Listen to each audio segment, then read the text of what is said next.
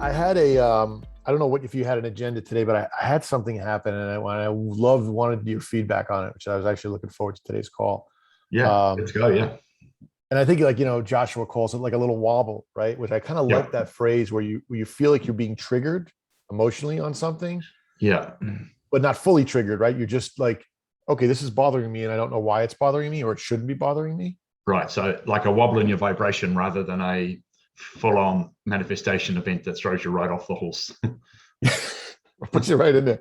So I was in LA. We were doing this with this photo shoot and this work, and it was great. We had a great experience. And then one of the key players really sort of came out in a very sort of negative and aggressive way. And I sort of just sat back. I was like, okay. Didn't really say anything or do anything or really let it bother me. Like I just didn't care. But I did have this feeling to correct him. Then I asked myself, like, what am I trying to correct? Like, who am I to correct? Like, what am I trying to correct? And I'm like, well, my standards. And I'm like, well, what are my standards? Like, who am I to create how people need to treat each other? And then one of the other executives said, like, I'm not really looking to waste my time. This doesn't fit with who I want to be. Right. And I had to do this event. There was a special thing going on with one of my kids that I sort of was like, okay, I'm going to pass that. And then this author who I've followed and connected with a few times, Trevor Moad, inspirational sort of sports figure in mind conditioning, wrote the book It Takes What It Takes. He suddenly died yesterday, and you sort of have these conversations I value where I put my energy. I value where I put my personal space. Yeah. I had such an overwhelming feeling to put this guy in his place. Right. And I was like, why? Well, first of all, why do I care? Why does it? It's not going to make a difference, right? This is like I almost stepped into his world. It's like a boxer going into a ring, right? If you go into a karate ring, you're going to do karate. You go to MMA, it's everything, and go into boxing. I was out sitting and doing crochet. He started the side of the box, and I jumped into the boxing ring and wanted to go right. And I'm like, well, why don't I just go back to crocheting? Like, I didn't understand. Like, and it took me a while. I did not act on anything. It I did wasn't not say anything. directed at you. Was it directed at you or someone else? It was directed at a group A group. Yeah. with an insinuation that you know somebody was doing something that we shouldn't have been doing, and I was like, what? So I This guess is what I'm really actually asking is, were you a spectator to the event or were you part of the event? Like, were oh you in? no, I was the the executive overseeing all the events, so no I matter mean, what I'm I part mean, of. I kind of mean, sorry, I didn't explain that. I mean, in the higher sense. So, in other words, was this manifestation event for you, and were you actually a part of it? Like, was he in your reality, so to speak, or was this a bunch of stuff that you were able to sit there and watch it, observe it, as if you were watching a mini movie clip or an act in a stage play? Do you Great know what I'm question. trying to say? Yes, I love Like, that, and was it that's your great. manifestation event that in some way, was he including you in his spleen, his eruption, or really were you observing this going on in front of you, like two people down the road having an argument when you walk past them? So, Wow, to what great. extent That's a was great this for question. you as a movie clip, or were you fully involved? I would say it's 50-50, right? So it's definitely Okay. an event for him. He So, feels from a that. higher point of view, you might say, well, why did I attract this? It wasn't a full on thing, but why did I attract some of this? And it may be that this is something that's happened previously, and you may be ready to just have a gentle nudge and say, right, I no longer want to attract that sort of thing. And I also, the fact that I didn't actually react is something of a triumph, because I'm no longer triggered by that, and I no longer need to attract the full version of that. I'm halfway or 2/3 of the way through working through this kind of thing. Does any of that fit? I think that's a great way to describe it. And I hadn't really reframed it like that. So the funny part is, like, somebody had said, hey, I'm gonna send this email. And I'm like, well, I'm not big on emails. I'll have a live conversation if, when I'm ready and so forth. And the email was sent to me, and I looked at it and I said, some of the language in there, and I said, well, if you're asking me for my feedback, I said I would just be a little bit. I would come from a higher level, meaning that if we're not all not working together to find reasons why we want to come to work and find reasons why we want to grow this together, then by default we're giving people reasons not to. Right? Yep. Because if I'm going to miss my daughter's event, if I'm going to see these people, these amazing people who are all trying to do the right thing, and they're dying, I'm like, I want whatever time I have to be spent in love and right, invested in that, whatever that may be, right? Like what we're doing. I think that's a very powerful fun. insight, because if we think about it, we want to feel that way anyway. We want to spend it in that zone and in love. However, you had an additional reason that you created or drew to yourself, that this is particularly important time because I gave up the opportunity to do this stuff with my daughter, and therefore I really want this to be valuable time. I want to make the most of it. And the insight there is, well, actually, what if we lived all of our moments with that degree of intent? That's really, I hadn't really thought about it. And I think why it's really, and maybe this is why it came to me, because in a previous life, I had literally wiped off every family event for work, and that ended in complete tragedy. Right. So I missed all of those moments for something that is no longer in my life, and that has zero value to me.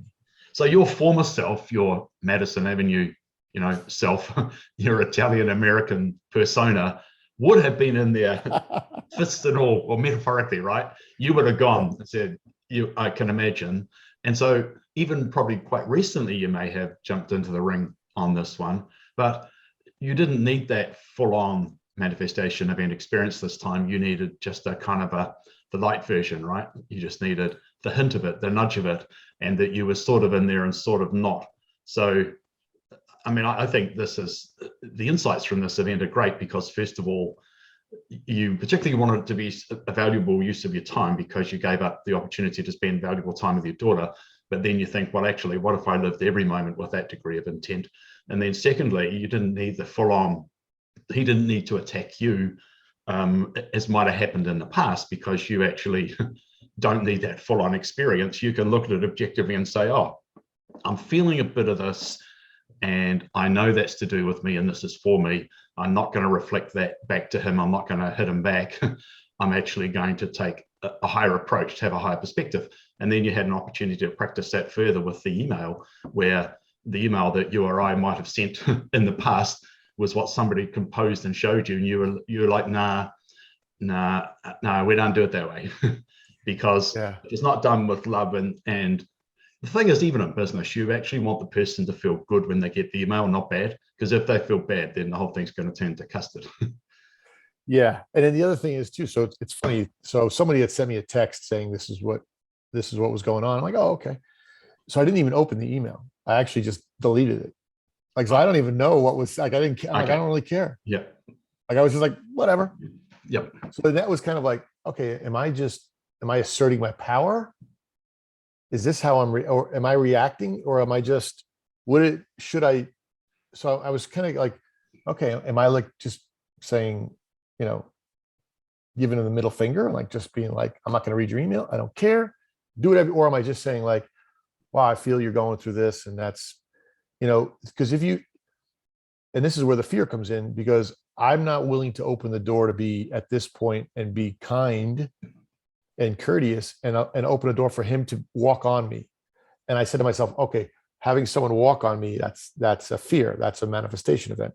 Why would I care or fear if someone will walk on me?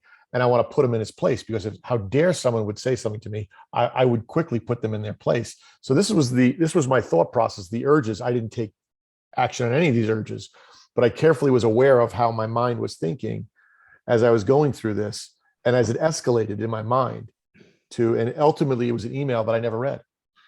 So you could say that you chose not to dip into the current of fear, and you wanted to stay in the current of love.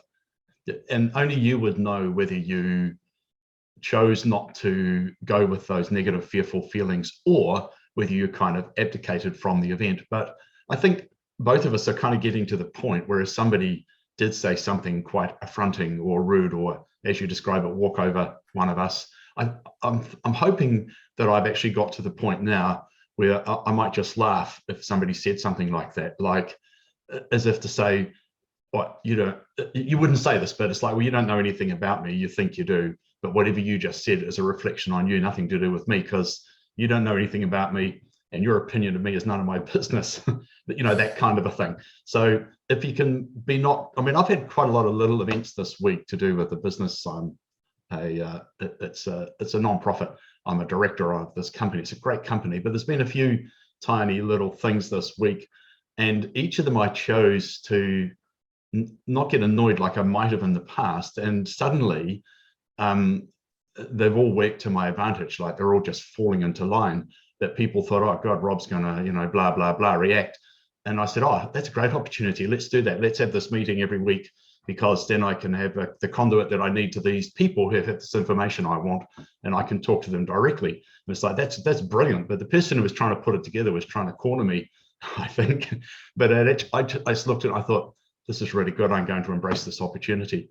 And it's actually going to work out really well for me and for the company. That's great. You just inspired me. So it was so funny. So what you just inspired me to, and just popped in my head, was just to send him a text and say, hey, I love you. Yeah. And what I would have tried to do is say, I love you. And if you ever think about doing that again, right? But just say, I love you, and let it go. Yeah, well, you could say, I love your work and I love your feedback.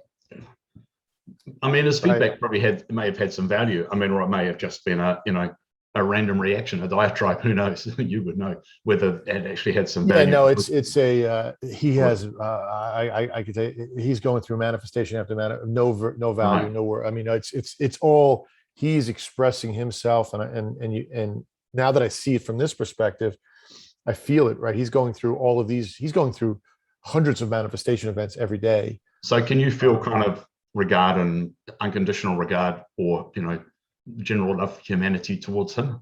Yeah, I do. And do you think you could play this little game or experiment where, what if this was actually like a video game, and the objective of the video game, because remember, this is your game of life that you've created. The objective of the video game is for him to come alongside me, and we see eye to eye, and we become allies. Like if he's kind of outsiding himself, becoming a bit of an outsider with this behavior, what if suddenly he found that, oh, here's a man that understands me, who can listen to me and gets what I'm annoyed about. And you may find that you can create a relationship in this video game where there is no sting towards you, even if he's, a bit like that towards the others. Like what I'm saying is these minor miracles can happen, and all you got to do is flip the switch a little bit in life and click at one channel different. And then suddenly, like, what if I just made this a video game? What if I could actually get alongside this dude? I love that. That is brilliant. That's because a great really, way to frame it is, right? Because if you believe that, like most spiritual teachers say, that we're all one, and love is the force you want to be in that channel, not in the channel of fear, then that everything is consistent. And you can see this man, he's got a lot of anguish and pain going on with his manifestation events. He's not seeing them as messages for him. He's not understanding his emotional guidance system, where his negative emotions are trying to tell him something, that he's out of alignment, that he's not seeing things the way his inner self does.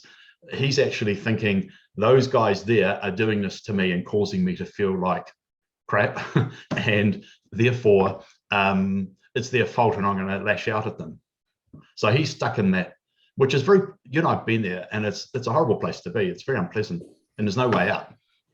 No, I mean, he is stuck, to your point, in the worst possible, where everybody is causing him, taking advantage of him, disrespecting him. He is completely playing outside conditions as the total control of his life. Yeah. So disrespecting I'll come back to, but you said earlier about what if somebody was to walk over you or me. But of course, in the highest sense, there is no such thing as walking over somebody, right? There is somebody who may choose to adopt the victim stance and find somebody who's prepared to play the perpetrator to help them actually experience that, because every victim needs an oppressor, right? Otherwise you can't be the victim. So it's like in your stage play video game of life, you're saying, if somebody's going to walk over you, so to speak, what you're saying is, okay, who in my cast of characters is now going to be the oppressor, the perpetrator? Who's going to actually play that role for me so I can have another unpleasant experience of being the victim until I've had enough of exploring being a victim? So, like I say, there is no such thing as walking over. Nobody can do anything really to you. Nobody can create in your reality. So to me, the way I'm starting to see these things, these minor things that happen in business this week is like, what if this was the video game of life? And what if I actually, my job was to get alongside that character who I was not alongside before? That's what I'm trying to do with one particular guy with these weekly meetings we've set up. I love that. I just took that note. Every victim needs an oppressor who's going to play that role for me this week. And then, the video game of life. That's great, by the way. That's a really powerful reframing. So I like that a lot. So a lot of this stuff is actually reframing, which is really the same as a lot of psychotherapy and so on. In this kind of work, the law of attraction work, we use different words for it, but essentially it is reframing, which is a very powerful technique because most things are just how you perceive them. I did some work years ago. There was this modality called co-counseling, and I think it came from a guy called John Heron, maybe. And this concept may be from there. That's where I learned it anyway. So he's getting the credit for it, whether or not it was his idea. But there were these kind of quadrants that a victim needs an oppressor, and a rescuer needs a victim, oppressor needs a victim. So there's the rescuer, the victim, and the oppressor. And the fourth one is the rebel. So like I've been watching some people in a business I'm involved in, and this person who's a general manager on a contract, and that person, I can see she's trying to find people who she can cast as a victim so she can rescue them.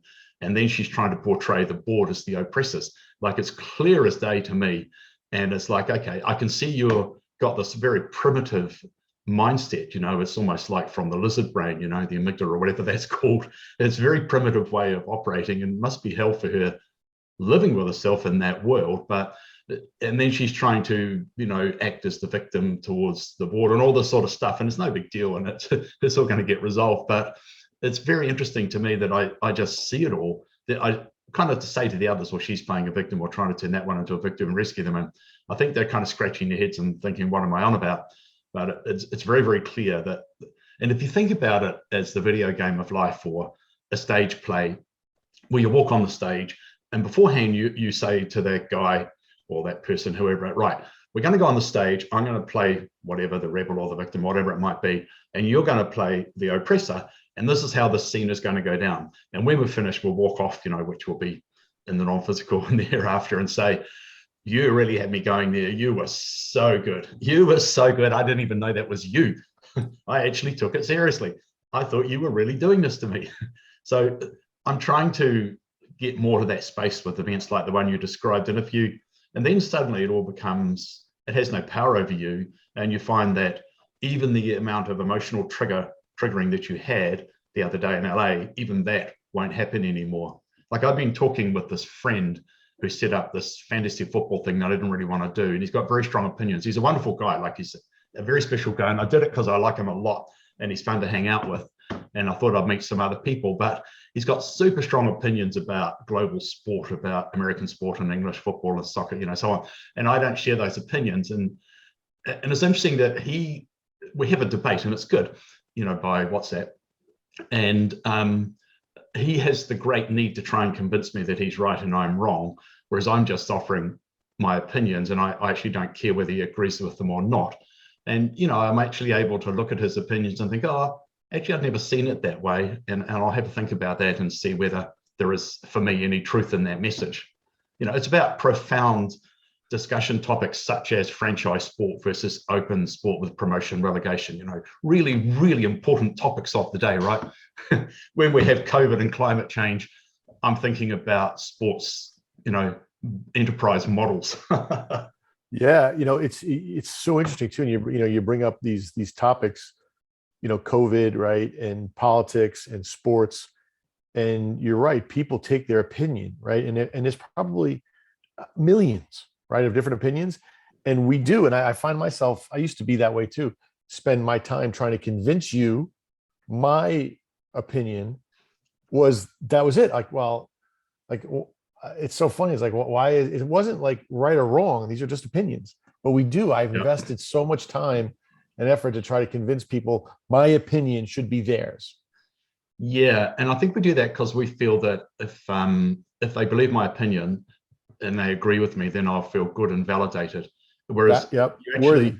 actually worthiness, yeah, and it never actually works because either you feel worthy or you don't. In an external event like that, you might, briefly beat your chest, like when your mum told you when you're a little boy, what a good little boy you are, or whatever, or you're so clever, or you always wash your hands, or whatever, the praise of the moment was. And briefly, oh, my mum loves me, you feel that brief radiance, but it doesn't change your fundamental sense of worthiness that you had at that time. And the same with somebody agreeing with your opinion. And you make a very good point that if you look at any topic, even a very controversial topic where it appears to be black and white, there are actually a range of opinions out there in the world. There's a range of opinions that you can find people who strongly here, strongly there, and a whole bunch of people who have shades of one or the other. So there's almost nothing really that is a fact, because you can find someone with a different opinion and you may not share it, but once you realize that when people say things, sometimes I said this in business meetings, well, nicely, that, well, you're just projecting something which may or may not happen. That's just wild speculation. So if that was to happen, then we'd deal with it this way, but that's not actually what's happening. Like when you see people taking wild speculation or a wild opinion and recognize it as such, it's like, okay, we won't go down that current of fear because it hasn't happened and we don't want to attract it to us anyway. So I think it's a really powerful insight to recognize that an opinion that you or I have is just an opinion. It's right for me, potentially, and it's not necessarily right for anyone else, and that everybody, all 8 billion of us in the world, see things differently, visually and emotionally, and our opinions as well. So think about this too. What you just sort of sparked is it goes to not only opinions, but truth. There is no truth. No. Truth can be, you look at, right? You talk about these hot topics that are going on politically right now, and you can find facts for both sides. You can find a clear description of whatever the topic may be and whatever side people are promoting. And it's crazy, right? And both sides support it. And you're like, Yeah. okay, I give up. Like, yeah. I don't know what to to prove believe. your opinion, you can go and mine the evidence, right? Like if you want to believe, that the Pfizer vaccine is some horrible thing, in fact the whole vaccine thing's a hoax, then you will go and find that supposed medic who used to work for Pfizer and is now an anti-vaxxer or whatever. I'm happily Exactly right. double jabbed and looking forward to the world of possibility that opens up, because I still have winter clothes in an apartment in Paris, and I still have my summer clothes and books, journals and things in the apartment in Mumbai in India. So I want to go and get that stuff and close out those chapters and see our wonderful friends in those countries. So Yeah, India is opening up to tourist visas again soon, which is pretty exciting, maybe in October. that's great. And so in the United States, it's going from even Arizona to LA, and I was in New York last week, going from New York to Arizona to LA. It was literally like going to 3 different countries. Right. 3 different, and I actually saw I was watching a show the other day, and somebody had come on and they actually asked, people that believe X, people that believe Y, and people that believe Z, what is this, what is the severity of this? And I forget what the question was, but the X said 80% chance of it, Y had said 50, and then the Z people said 1. And the answer, according to the data he had mined for this specific, was it's 1. But you had all these people who are smart, sophisticated, right? Understand, they're not looking for, and there were 3, the opinions vary. So truth varies based upon what your beliefs are. This to me is crazy in terms of a revelation, because like even talking today, like my moral guideline, my truth isn't truth or isn't morality. It's just my opinion. Yeah. Although I've tried to stamp it with morality or truth, right? Or try to support it in some sort of factual way that could sway somebody else. right? Mined my data in a way that people will go, well, it's got to be the truth, whatever that may be. Yeah. Yeah. Oh, yeah. There is no truth really, apart from perhaps love. No, and you just said it, right? The only truth is, are you acting in love or are you acting Yeah. in fear? Yeah. And I guess the personal truth is, am I in alignment, with alignment being I am perceiving things in the same way as my inner self is. And that's why I feel aligned and why I feel good. So any joyous Wow, moments are exactly that, right? So the joy is there, that's but big. like you see your child and you feel that, profound, overwhelming love. And one of the reasons it feels so good is because the current of love does feel good, but also you and your inner self are 100% aligned. Like you are feeling great love towards another human, and your inner self is saying, "This is good. We want more of this. Let's wallow and marinate in that current of unconditional love, and let's see if we can actually expand it beyond our family bubble to other people, such as annoying people in Los Angeles." What you just said there, we just sort of, there is no truth. There's only either acting in love or acting in fear. That statement that's honestly puts every urge I have or every thought I have into perspective. It literally clearly says, well, this is and acting at it in anger is fear, right? Or acting in a justified approach is fear, right? And trying to convince people is fear, right? Those are all fear that you're not worthy. I'm not good enough. I need to be validated. You need to listen to me. I'm more important, right? All those things that those rides at the amusement park that we all, if this was Yeah. right, we would all jump on multiple times. But that's pretty powerful, by the way. There is no truth. There's only acting in love and acting in fear. That's a pretty crazy statement, by the way. Yeah. Yeah, the words just popped into my head, so I guess I received them. It was interesting how those words came, because most people think that they create thoughts and ideas and creativity, and they're responsible for it. I've always been fascinated by creativity, and I've been trying for many years to understand where a painter, like an artist or a sculptor or a poet or an author, a writer, a musician, songwriter, where those ideas come from and how that process occurs and why people get writer's block. And it's become very apparent with this work we're doing that we receive the ideas, we attract them to us, they exist in the field of potentiality, and by becoming a vibrational match to an idea, we receive it.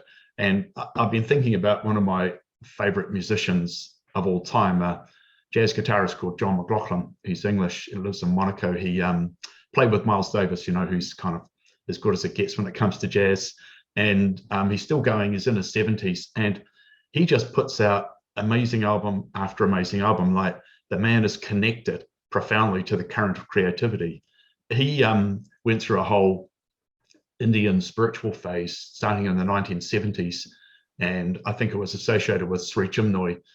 And he worked a lot with Carols Castaneda, they're good friends, and both of them adopted a spiritual name. So he became Mahavishnu John McLaughlin, and then he created this entire new kind of jazz fusion music with a band he called the Mahavishnu Orchestra. And I mean, it's still, I've even got the, I'm listening on Spotify, but I even got the CD here for one of his albums, which is one of my favorite of all time, which is That's great. Visions of the Emerald Beyond. It's just, it blows my mind, and it connects with me in a spiritual kind of way, and it's uplifting and special. Anyway, I'm just talking about him because for 50 years or more, the man has just been permanently connected to the creative source, and it flows effortlessly through him. And he's pretty much always in t-shirt and jeans. He seems like a down-to-earth guy who just loves what he does every day, just completely attuned. So that's very interesting to me, because then people get writer's block. We've got a friend who's a very successful author, very good, and then for years she didn't write anything, and then suddenly she's churning out the novels again. And I've never spoken to her about that. I haven't seen her for a long time, but it's like, how did she reconnect to her source, and does she know she did? It's that's interesting. So, I have like a routine I like to do in the morning. I've been traveling, so that routine gets a little disrupted, right? And then I kind of feel, then I judge myself. I'm not really invested in this. I'm not as invested as like I should. Um, because you feel better. Right? You know, when you step out of the society's norms, right, which are get up, watch the TV, check your Instagram, eat breakfast. I don't eat until noon. I usually meditate in the morning. I do my journaling, right? I follow Joshua's teachings. I do that in the morning. Then I'll, get on to do some work. Maybe I'll do some writing or whatever it may be. And that's always like a perfect day for me when I start that way. And then, if you got a 6 a.m. flight, you're leaving at 4:30 in the morning, it's not happening that way, right? Yeah. Or whatever it may be, right? And then you're going, 12 hours a day or 14 hours a day, because when you travel, that's what happens. You're not able to do that at night. And I always kind of feel like, I'm not at peace.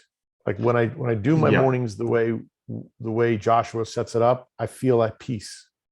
Yeah. So I think when you're traveling, it's really important to never beat up on yourself for not doing your daily spiritual practice, but to actually say, today I've chosen to do something different. I'm putting my energy into this external world and activities, but also you can probably find very simple ways of centering yourself in the moment. You might be in the bus room at the airport, just somewhere where nobody can see you, or you might be on the plane with your eyes closed, right? Like sitting on a plane with your eyes closed and earbuds, and like you could be anywhere. It's a great time to meditate and to listen to stuff. But you're in the bus room at the airport, nobody can see you, and you might, whatever physical gesture works for you, you might just say, right, I'm going to center myself, and bringing everything back into my heart center, or whatever that feeling might be, or to my, some people into the third eye chakra, or whatever it might be. So, I'm feeling the energy coming in through my crown chakra, whatever. Some kind of like it might take 10 seconds or 30 seconds to have just to reconnect with your inner self and kind of feel good with the energy and the way you're moving through, because flying these days it's quite dehumanizing with the security and everything. I feel like, cattle in a cattle truck being herded, like you're being it's very disempowering if you let it get to you. Yeah, because you're being screamed at. Yeah, everywhere you go, screamed at. Yeah. So the moment you step into that queue for the security check, especially if you have to wear masks these days, then it's like any joy or romance there was in flying, like when jet travel started in the 1960s. All of that romance is completely gone, and at best it's like a bus, the public bus company, the most basic bus company, and at worst it's kind of, you feel like you're being herded like cattle or sheep onto a truck, and it's because they really kind of take away your power. The laws are very strict, and if you break them, you're in big trouble once you're in that kind of, it's like a no man's land, or a, what do you call it, like a DMZ or something, it's like a no-go zone. Like all bets are off. The different rules apply. If you go there, you got to follow our rules or you're toast. Anyway, so yes, you can have that experience, or you can just kind of think about it as the video game of life. And okay, this segment of the video game includes doing these things, and I'm actually not going to be drawn into any of that. I'm actually going to maintain my envelope and feel good and maintain my feeling good. It's interesting. You ever play my wife loves because this, you just like sparked this sort of thought.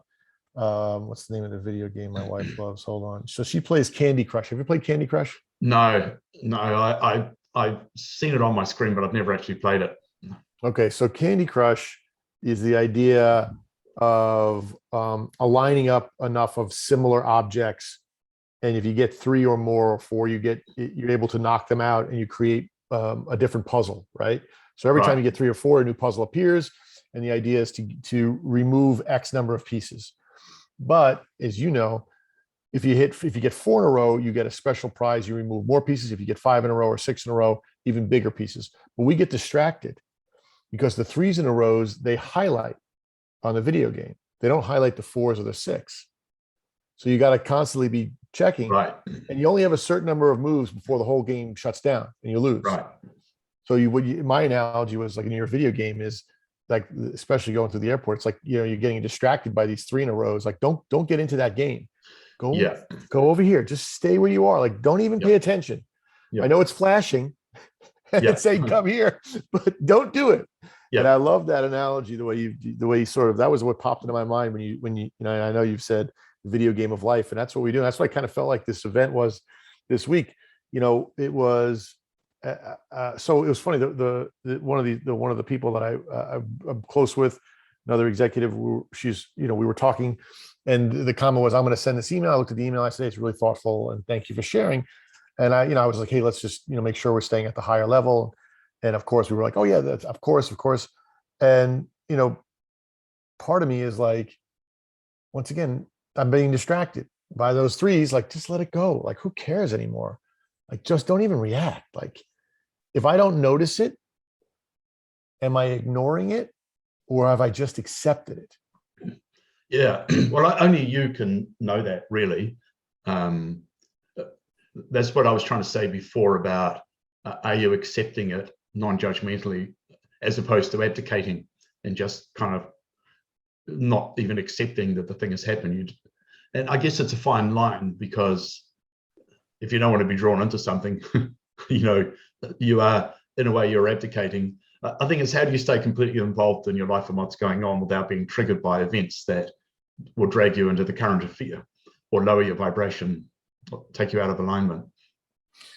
So I had, and I don't know if you saw the call, I think it was Monday or Tuesday. So my daughter had said to me, and I've gotten her. Come and talk to the friends, right? Come and talk to her friends. That's awesome. That is really cool. Yeah. So I wrote out this little sort of agenda of like how it would, and Joshua asked me on the call, you know, well, what is being alignment? And like, well, it's being in love. And then, you know, he had said you know, he's like, well, it's also just accepting everything as perfect. And like, that's such a clear way of like, okay. Like, just because there's no follow-up question, right? It's like, okay, everything is perfect. If once you can accept, and I think that's where I got triggered, that I wasn't accepting this as everything is perfect. And I was trying to find a reason, and then I was trying to find a way to explain, and then I would find a way to defend, and then I would find a way to convince, and then I would find a way for people to adopt my instead of just going, okay. Yep. So in recent times, within the last few months, Joshua has been saying to people, when they say, but everything's not perfect because look at, for example, Afghanistan or child poverty or, you know, hunger or whatever it might be, the climate or COVID or whatever, everything's not perfect. And what they've been saying more recently, which they never said until then that I ever heard anyway, is this happening to you? Did that happen to you? And people were like, no. So we're talking about what you've created in your reality, not something that you're witnessing on television. And if you can view events with compassion on television, but realize that it's not in your reality, that it's someone else's reality that you're observing, it's kind of like you're snooping into someone else's video game when you should be playing your own. Wow, that's exactly right. You might say it's easy, you know, from what little I know about Americans, and I have a lot of American friends, and I love America. I always have done ever since I first went to Texas and California in 1983 or 84, whenever it was. And, you know, it's a wonderful country, and it's as I've said to you before, it's the birthplace of many wonderful ideas, including much of modern spirituality, and pretty much all the significant music of the last 100 years has all come out of America, you know, every form. Anyway, so it might be easy for an American to accept what I just said if they look at Afghanistan once all the Americans are out of Afghanistan. So Afghanistan might be a bit hard. So let's say there's an earthquake in Turkey.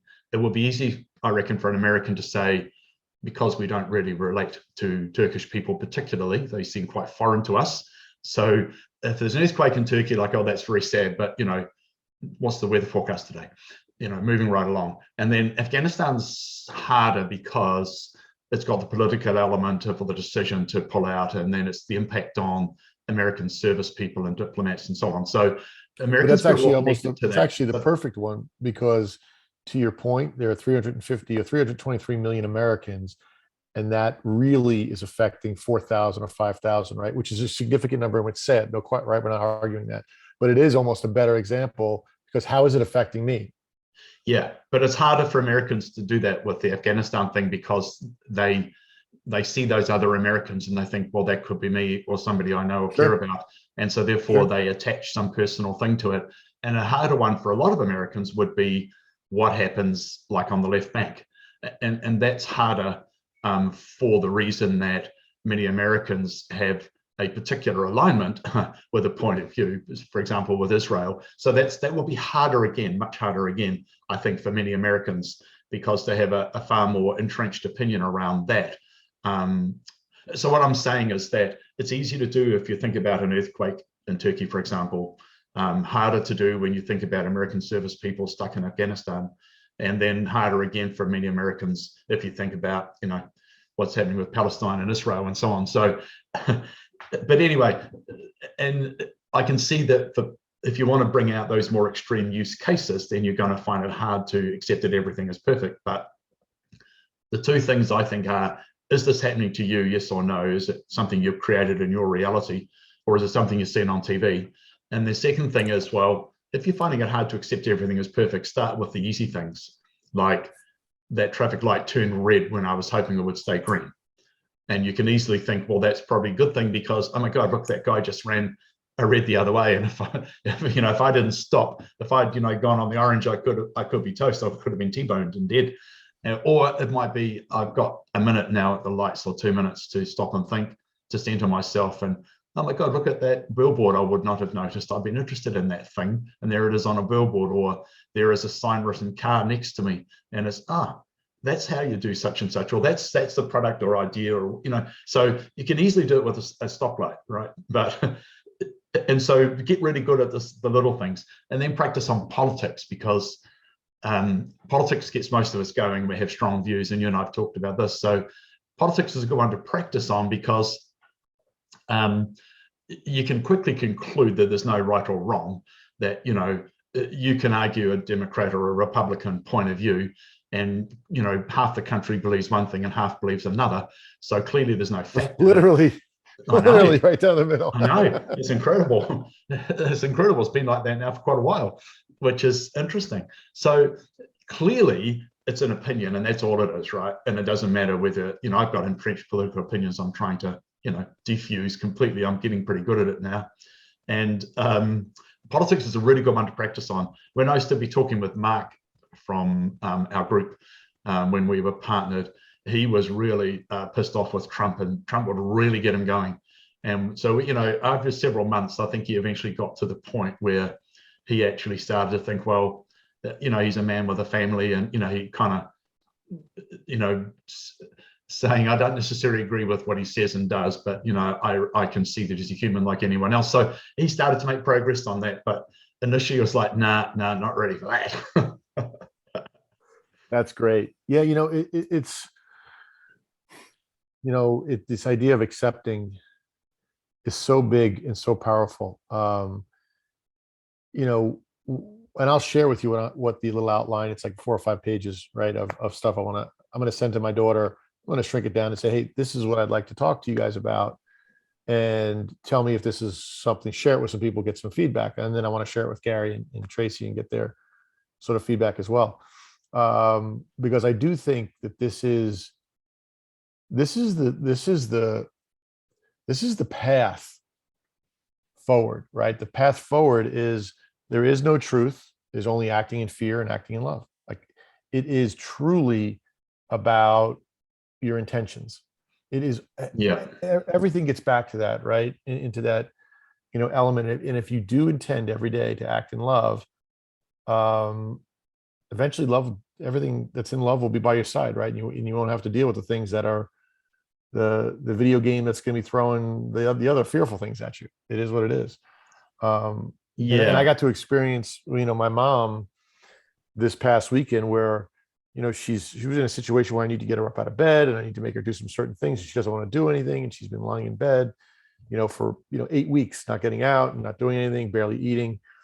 And she literally looks like a scene from The Walking Dead. And I'm trying to get her out, and she's like, telling me I'm the devil. You're the devil child. You've always been the devil child. You're sick in so many ways. I'm never going to forgive you for this. And I'm like getting her up, and I'm laughing. right? I'm just you're like, and she's like, and you're so sick, you think this is funny. And I'm like, I don't think this is funny. And she's like, I'm never gonna forgive you. And I said something like, and she goes, God save me. I said, God's not here. I said, he sent me. He goes, that son of a bitch sent me the wrong person. Oh dear. So your mother had pretty serious surgery, right? Brain surgery, Brain and surgery, yeah. she's like the prognosis is she's got 3 months, less to live. Right. So we really want to be able to try to get her so she can see the grandkids and she can have some happy moments. Yeah. But her cognitive, and she's been in slow kettering for weeks now, months. And it's not at a level where on Friday I was able to have this really great conversation with her, and then on Saturday and Sunday I went straight down to I was the devil. But and so has it affected her emotionally, the surgery significantly and on every possible way. But for me, living in Arizona, having to go back to New York, my brother and sister have been really carrying, my father have been carrying the water, a lot of stuff. But I got to be there with her, and growing up, I was always the disappointment in the family. I was the guy that broke all the rules. I was constantly getting punished. I couldn't read because I was dyslexic. I couldn't stand still because I had ADHD. They didn't know that back then, right? I was just a mess. They were like, "You're a freaking mess." So right? We're lucky to get that quadrant I talked to you about, you were the rebel, right? Yep. The victim, oppressor, rescuer, rebel. You're the rebel. Right. And a lot of what, my parents were educators, right, and really believed in education, which is great. We all do, right? But because I didn't go to Ivy League school, they didn't really think anything of me. But this weekend I got everything that I ever believed or thought. She said to me, "You're a disappointment. I'm angry. I hate you. You disgust me." Everything.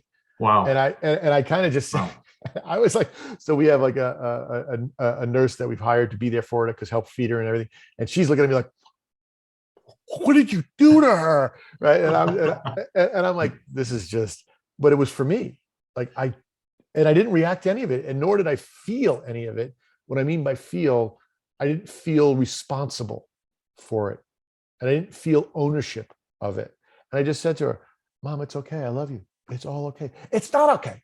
You're a piece of shit. It's not." I'm like, "Mom, I love you. I don't love you. I hope you die." And I just start laughing. I'm like, did she really say that stuff? Oh, she did. Like, it was insane because she's going through, she got an infection after the surgery that's gotten into the point where she can't eat. She can't go to the bathroom. I mean, she doesn't even know who she is, or, I asked her who was president, and her and I have had many, many very visceral discussions over that. And like, she's in and out, right? So she's not all there, but it was an event for me to realize that none of those things mattered. Yeah. This is huge. Yeah. And it was beautiful. Like I told everybody the story, like I just told you, of like, "God damn, he sent me the wrong one." Right. And people, and I think it's like one of the funniest things. I'm like, oh, this is like a great story to show my love for my mother. And I don't need anything back. Like, I just was there to give love. And it's tough. Like, I'm not that kind of guy. I'm not like a caregiver, right? I'm not going to, if there's blood, I may faint. I'm not the guy that's going to take care of. It sounds like you've been very caring towards her. But in the back of my mind, I did it because I think I needed love back. I finally was there and I didn't need anything back. I was right. Like, so I guess that's the key insight, is that you are love, and you are not looking for love to feel validated. You are worthy. And then you find that you attract love anyway pretty quickly. And that even goes back to what was triggered, over this in LA this week, because I'm this, I want to have conga lines. I'm like, we're having fun. We're working 12 hours a day. We're going to have fun. We're going to be laughing. Yeah. Like we shot a few videos of the model doing some very, very funny stuff, saying some very, very funny stuff. I'm like, we're going to have fun. Right. I'm not here. Life is not about being serious. Right. And I finally got to that point. Right. And I think that, once again, this thing, even from this weekend, was like, it triggered something like, well, I need to be respected. People need to love me. I'm like, no, all I need to do, which is why I was inspired probably to send a text, is, "Well, I love you, man. It's all good. It's all good." Did you send that message? No, but I came to you. I was talking to you. I didn't even, didn't say anything. Right. So, and I literally, and that's why it just seems, as I'm talking right now, it's like, you and I are sharing this. it seems like that is ultimately for both of us, right? Even if the guy that's giving you ideas, hey man, it's all good. I love you. Yeah, It's all going yeah, to work out. yeah, yeah. To You know? reframe it from the opposition feeling of opposition, I was thinking some more about what truth is, and then I was thinking about beliefs, and then I remember that there are two kinds of beliefs. There are empowering beliefs or limiting beliefs, and that's it. So look at any belief and think, it doesn't matter whether you think it's true or not, is this empowering or limiting? If it's empowering, then you want more of it and you want to rev up those and amp them up. And if it's limiting, you want to prove to yourself that it's false. And you can never eliminate a limiting belief. You can just kind of decommission it, reduce its intensity. Yeah. It was funny. They said it today on Joshua said it today. One of the team said, I don't want to experience this anymore. I want to minimize. And he was like, no, you don't. You don't want to stop any manifestation events. You just want to be able to transform how you react to them. Yeah. Right. Like, yeah, they're going to happen. And it's like, and so if you're going to try to control outside conditions where everything's perfect, where nothing bad ever happens, or I should say nothing bad ever, nothing happens that ever triggers you, you're trying to control outside conditions. But if you just let it all be and you accept it, he's like, and for me, that's pretty powerful. And one of the women, one of the models, was in it. These was an older group of people a little bit more our age. She was a channel, and I was talking a little bit about what Joshua was. She does a little bit more of. She's not into the Joshua Abraham Hicks. She's more into like the Bashar, a little bit more of like out of the world, almost alien-esque. Like, what planet is the guy you channel from, right, and so forth. And I'm like, well, right. I'm like. It's more of like just a group of spirits, right, along those lines. So, but once again, it like within a matter of a few seconds, we started. She had said something to me, in a business setting. And she's like, "Do you channel?" And I like the weirdest question to ask in a business setting. I said, "No, I mean, I do some sort of writing, inspired writing, but I take a course daily from a guy who is a channel." And I showed her his podcast, his book that I actually had in my bag. I told you I was taking it over that. Oh yeah. Right. So it was just like, I'm like, and for me, I have no fear telling people this. Yeah. So this stuff seems to pop up more and more in unexpected contexts, I find. And I find there's more acceptance of a lot of it than I ever imagined. So it's interesting. I think that there is a change or a shift afoot, and more people are open to this. And fundamentally, the law of attraction, I think many people would accept that they have attracted things to them in their life, and that their life is, at least to some extent, their own creation.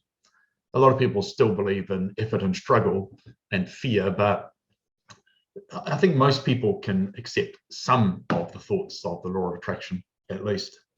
Well, and that's why I want to send you this, because I've been talking about this, and I'll send it to you for your feedback before I send it to Joshua and Gary. I mean, it's really about how to be a deliberate creator. That's what I want to talk to my daughter about and her friends. And it's like, what are the steps to becoming a deliberate creator, right? It's first and foremost, you have to find vibrational alignment. You have to be in vibrational alignment. Well, how do you do that? What are you doing? What are these different elements, right? So the concept, the 4-step concept I was talking about, hey, what's the idea? What's the concept? Let me explain it. Let's have a little discussion. And then how do you apply it? Right. So to be a deliberate creator, which is really the first time I've heard it, is Joshua says that, right? Be a deliberate creator of your life. Either be a victim or a deliberate creator. Like, what do you want to do? Right. And it's really a beautiful, and we've been talking about that the whole time, even though we didn't say that, right? It's like, are you going to be a victim? And even the way you said it, every victim needs an oppressor, right? It's you're 100% right. We find everything we need when we need it. And if we want to be a victim, we're going to find an oppressor. It's that straightforward.